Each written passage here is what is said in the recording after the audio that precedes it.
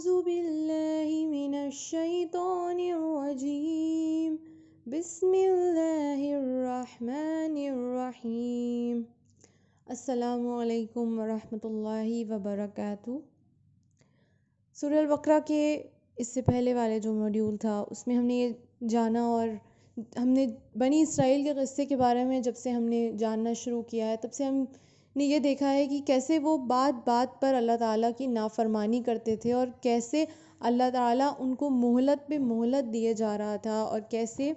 وہ ان کی ہر نافرمانی پہ ایک عذاب آتا تھا، اور پھر اس عذاب کو اللہ کے فضل سے روک دیا جاتا تھا تاکہ ان کو مشقت میں نہ ڈالنا جائے. لیکن اس کے بعد بھی جتنی بار انہوں نے نافرمانی کی اور بار بار اللہ تعالیٰ نے معاف کیا انہیں، اس کے بعد بھی انہوں نے جو نافرمانی کا یہ جو سلسلہ تھا یہ ان کی ایک عادت سی بن چکی تھی نافرمانی کرنے کی، اور وہ کسی بھی طریقے سے مان کے نہیں دے رہے تھے. تو آج کے اس موڈیول میں بھی اسی بات پر اللہ تعالیٰ فرما رہا ہے کہ کیسے وہ لوگ اتنے زیادہ مشقت میں تھے، وہ اتنی دھوپ اور وہاں پر جو ایک تپش تھی ان کے اوپر، وہ اس سے زیادہ اتنے جوجھ رہے تھے، اور کھانے کو کچھ نہیں تھا نہ پینے کو کچھ تھا، بہت زیادہ برے حالات میں وہ لوگ تھے. اور کیسے اللہ تعالیٰ نے پھر ان پر من اور سلویٰ یہ آسمانی غذائیں اتاری ان کے اوپر تاکہ وہ اپنی زندگی چین سکون سے بسر کر سکیں. اتنی پاکیزہ چیزیں ان کے اوپر اتاری اللہ تعالیٰ نے، ان کے کھانے کا انتظام کیا، اس کے بعد بھی انہوں نے ناشکری کرنا نہیں روکی. وہ ناشکری پہ ناشکری ہی کرتے جا رہے تھے، اور اللہ تعالیٰ کی طرف سے ان پر اتنے تمام انعامات ہوئے، تمام ان کی مسئلوں کو اللہ تعالیٰ نے حل کیا، لیکن اس کے بعد بھی وہ ناشکری ہی کرتے رہے. اور اللہ تعالیٰ فرماتا ہے کہ جو بھی ناشکرہ ناقدرہ انسان ہے وَمَا ظَلَمُونَ وَلَٰكِن كَانُوا أَنفُسَهُمْ يَظْلِمُونَ، وہ اپنے اوپر ہی ظلم کر رہا ہے، خود ہی کو نقصان پہنچا رہا ہے، اپنے اوپر ہی ظلم کر رہا ہے. امیجن کہ کوئی انسان اپنے آپ، سب سے زیادہ انسان اپنے آپ سے پیار کرتا ہے، اور یہاں پر اللہ تعالیٰ کی ناشکری جو انسان کرتا ہے وہ اپنے آپ کو ہی نقصان میں ڈال رہا ہے، وہ خود پر ایک ظلم ہے. اللہ تعالیٰ نے ان کی کتنی مدد کی، کھانے پینے کو کچھ نہیں تھا، ان کے اوپر آسمانی غذا پاکیزہ من اور سلویٰ. من کہتے ہیں ایک شہد نما چیز ہوتی ہے، اور سلویٰ ایک برڈ میٹ کو اللہ تعالیٰ نے اتارا ان کے لیے. تو سلویٰ جو ہے بیسیکلی ایک بٹیر کی طرح ایک برڈ ہوتی ہے، اس کا میٹ، اور من یعنی کہ ایک شہد نما چیز ان کے لیے اللہ تعالیٰ نے اتاری. اور ایسی ٹائم پہ جب کوئی مدد کا کوئی امید نہیں تھی، بالکل ایک بنجر زمین، اور وہاں پر کوئی پروڈکٹیوٹی نہیں، کوئی فرٹیلیٹی نہیں، اس کے بعد بھی اللہ تعالیٰ نے ایسے اسباب بنا دیے کہ ان کے لیے آسانی کا باعث بن جائے. اور ان کی جو دھوپ تھی، تپش تھی، اس کے لیے اللہ تعالیٰ نے ان کے اوپر بادلوں کا سایہ کر دیا. تو کہتے ہیں نا، روٹی کپڑا مکان سب چیزوں کا اسباب اللہ تعالیٰ نے ان کے لیے بنا دیا، اور پھر بھی وہ ناشکری کرتے رہے. تو یہ ان کے خود پر ہی ظلم ہے. تو ہم بھی دیکھیں کہ جو بھی ہم اپنی نافرمانیاں کریں یا ہم اللہ تعالیٰ کے فرمانبردار بندے بن جائیں، اس میں صرف اور صرف ہمارا فائدہ ہے. اگر پوری دنیا بھی متقی ہو جائے تو بھی اللہ تعالیٰ کا کوئی فائدہ نہیں ہے، اور اگر سارے لوگ گنہگار ہو جائیں تب بھی اللہ تعالیٰ کو کوئی نقصان نہیں ہے. یہ صرف ہمارے لیے ہے، ہمارے عمل ہیں. اگر ہم اچھا کریں گے تو ہمارا فائدہ ہے، اگر ہم برا کام کریں گے ہمارا ہی نقصان ہے. اس کے بعد کیونکہ جہاں وہ رہ رہے تھے وہاں پر حالات بہت زیادہ مشکل تھے، لائف ریسورسز بہت زیادہ کمزور تھے وہاں پر، تو وہاں پر جو ایک لیونگ ریسورسز تھے، جو ایک جینے کے لیے جن جن چیزوں کی ضرورت ہوتی ہے وہاں پر کم تھے. تو اللہ تعالیٰ نے ان کو یہ حکم دیا کہ ایک بستی میں چلے جاؤ، جو کہ کہا جاتا ہے کہ وہ ایک جیروسلم کی طرف وہ پوائنٹ آؤٹ تھا، لیکن اس کا جو تفسیر ہے وہ یہاں پر نہیں آتی ہے. لیکن انہوں نے، اللہ تعالیٰ نے حکم دیا کہ ایک بستی میں چلے جاؤ، اور وہاں پر جتنا دل کرے من و سلویٰ کھاؤ. تو فل فریڈم ہے، اچھی سے اچھی چیز کھانا بھی ایک اللہ تعالیٰ کی نعمتوں کو یوٹیلائز کرنا بھی اس کا ایک عبادت ہے. تو آپ یہ دیکھیے کہ جو آپ روز اللہ تعالیٰ کے دی ہوئی حلال چیزوں کو کھا رہے ہیں، یہ بھی ایک طریقے کی عبادت ہی ہے. ہمیں خود یہ سوچ کے حیرانی ہوتی ہے کہ ہم یہ کھا رہے ہیں، ہم ایک تو نارمل سا کام کر رہے ہیں، اپنے پیٹ کو بھر رہے ہیں، لیکن یہ بھی ایک عبادت ہے، کیونکہ جو لوگ حرام کھا رہے ہیں اس کے کمپیریزن میں ہم حلال کھا رہے ہیں، تو یہ چیز بھی ہمارے لیے ایک اللہ تعالیٰ کی اطاعت ہے، اللہ تعالیٰ کی جو نعمتیں ہیں ان کا شکر ادا ہے۔ تو اللہ تعالیٰ نے یہ حکم دیا کہ ایک سیفر سپیس پر چلے جاؤ، یہ ایک بستی میں چلے جاؤ، لیکن ایک کنڈیشن ان کے اوپر لگا دی، وَادْخُلُوا الْبَابَ سُجَّدًا وَقُولُوا حِطَّةٌ۔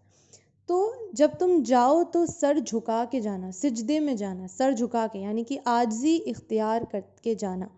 تو کیا ہو رہا ہے، ایک جگہ سے دوسری جگہ جو ہم ایک ٹرانسپورٹ کر رہے ہیں، ہم ایک ٹرانزیشن ہمارا ہو رہا ہے، ایک بری جگہ سے ایک اچھی جگہ جا رہے ہیں، ایک بلندی ہو رہی ہے، تب بھی عاجزی اختیار کرنا ہے۔ تو ہم چاہے کسی بھی مرتبے پہ پہنچ جائیں، چاہے کسی بھی لیول پر پہنچ جائیں، یہ ہم نے دیکھا بھی ہے کہ عاجزی اختیار کرنا، ایک ماڈسٹی کتنی زیادہ ضروری ہے۔ تو اللہ تعالیٰ کے سامنے ہم سب بہت ہی زیادہ چھوٹے لوگ ہیں اور بہت زیادہ ہماری کوئی اوقات نہیں ہے، تو ہمیں ہمیشہ عاجزی اختیار کرنا ہے، چاہے ہم کتنے بھی بڑے انسان دنیاوی طور پہ بن جائیں۔ تو ان کو بھی یہی حکم دیا کہ سجدہ کرتے ہوئے جانا، اور وقولوا حطۃ، تو استغفار کرتے جانا، ٹھیک ہے، توبہ استغفار کرتے ہوئے جانا۔ جب تم جا رہے ہو تو سر جھکا ہوا ہو اور زبان استغفار کر رہی ہو، ٹھیک ہے، اور دل شکر ادا کر رہا ہو۔ اور پھر کیا، نغفر لکم خطایاکم، اور اللہ تعالیٰ اپنے فضل سے تمہارے پچھلے سارے گناہوں کو معاف کر دے گا۔ سبحان اللہ۔ تو ان کی آسانیاں کر رہا ہے اللہ تعالیٰ، اور ساتھ میں ان سے یہ بھی کہہ رہا ہے کہ صرف اگر تم نے ان 2 کنڈیشنز پہ عمل کر لیا تو اللہ تعالیٰ تمہاری پہلی جتنی بھی نافرمانیاں تھیں وہ سب کو معاف کر دے گا انشاءاللہ۔ وَسَنَزِيدُ الْمُحْسِنِينَ، اور بے شک اللہ تعالیٰ نیک کام کرنے والوں کی ہمیشہ مدد عطا کرتا ہے۔ لیکن اس کے بعد اللہ تعالیٰ نے جو حکم دیا تھا، جو 2 باتیں لے آؤٹ کی تھیں، ان لوگوں نے اس کا بالکل ہی الٹ کیا۔ اللہ تعالیٰ نے فرمایا کہ اپنا سر جھکا کر اس جگہ سے نکلنا، لیکن انہوں نے کیا کیا، یہ اپنے ہپس کے بل، اپنے ہپس کو گھسیٹتے ہوئے آگے چلے گئے، تو بالکل ہی الٹ کام کیا۔ تو ایک ضد تھی کہ ماننا کے نہیں دینا ہے، اور پھر اللہ تعالیٰ نے کہا کہ حطوت، استغفار کرتے ہوئے جانا، اور انہوں نے کیا کیا، حبتن کہتے ہیں گیہوں کو۔ تو یہاں پر بھی یہ کھانے پینے کے بارے میں ہی سوچ رہے تھے، تو جو اللہ تعالیٰ نے حکم دیا اس کا بالکل الٹ کیا۔ پھر یہ جو انہوں نے مذاق سمجھ رکھا تھا اللہ تعالیٰ کی آیتوں کو، اس سے ناراض ہو کر اللہ تعالیٰ نے عذاب اتارا، آسمانی عذاب، رجزم من السماء، آسمان سے ان کے لیے عذاب اترا، اور وہ طاعون کی شکل میں تھا۔ طاعون ایک کمیونیکیبل ڈیزیز ہوتا ہے، تو اس کی شکل میں ان کے اوپر عذاب اترا۔ انہیں مان کے نہیں دیا، لیکن ان کی جو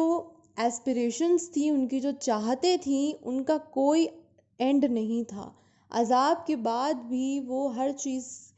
کے لیے اور زیادہ اوور ایسپریشنل ہوتے جا رہے تھے۔ تو پھر انہوں نے موسیٰ علیہ السلام سے ریکویسٹ کی کہ موسیٰ علیہ السلام اللہ تعالیٰ سے پانی کے لیے دعا کریں کہ پانی ان کے لیے آ جائے۔ پھر اللہ تعالیٰ نے ان کو حکم دیا کہ اپنی عصا کو ایک پتھر پر مارو۔ ایک پتھر تھا، ایک چوکور آکار کا پتھر تھا،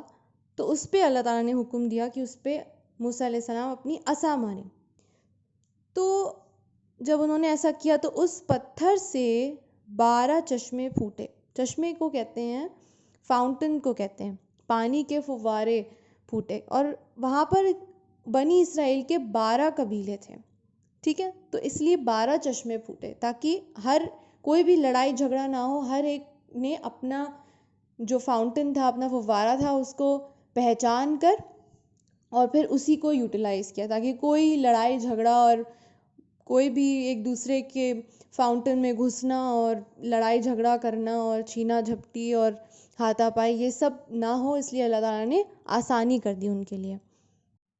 تو یہ اللہ تعالیٰ سے انہوں نے اپنی ضرورت کا اظہار کیا، اور ہمیں بھی ضرورت چھوٹی ہو یا بڑی اللہ تعالیٰ سے مانگنا چاہیے۔ کیونکہ وہ ہی دینے والا ہے۔ اور یہاں پر دیکھیے ایک یہ چیز بھی پتہ چلتی ہے کہ موسیٰ علیہ السلام اللہ تعالیٰ کے بہت نزدیک، بہت زیادہ مقام والے تھے، وجیہ تھے، ایک رسپیکٹیبل پوزیشن تھی ان کی اللہ تعالیٰ سے، تو وہ ہم کلام ہوتے تھے، اور ایسی فضیلت تو صرف انہی کے پاس ہے پورے جہان میں۔ تو اللہ تعالیٰ نے موسیٰ علیہ السلام کے سبب سے ہی انہیں پانی دیا۔ تو وہ ایک طریقے سے بنی اسرائیل پہ بھی ایک ان کی لیڈرشپ کو اسٹیبلش کرنے کا اللہ تعالیٰ کا طریقہ تھا، کیونکہ بنی اسرائیل موسیٰ علیہ السلام کی بھی نافرمانی کرتے تھے۔ موسیٰ علیہ السلام جو اللہ تعالیٰ کے احکامات ان کو بتاتے تھے، ان کو جھٹلاتے تھے، تو ایک ان کا جو معجزہ تھا وہ بھی بنی اسرائیل کے سامنے لانا تھا کہ ان کو ہی تم لیڈر مانو، کیونکہ اللہ تعالیٰ چاہتا تو زمین اور آسمان کو بھی حکم دے سکتا تھا، لیکن موسیٰ علیہ السلام کے سبب سے انہیں پانی اللہ تعالیٰ نے عطا کیا، تو ان پر ایک لیڈرشپ اسٹیبلش کرنا تھی تاکہ وہ لوگ بھی انہیں سپیریئر سمجھیں اور ان کی بات کو مانیں۔ تو قوم کو یہ دکھانے کے لیے کہ تمہارا لیڈر تمہارے لیے تمہارا کتنا خیر خواہ ہے،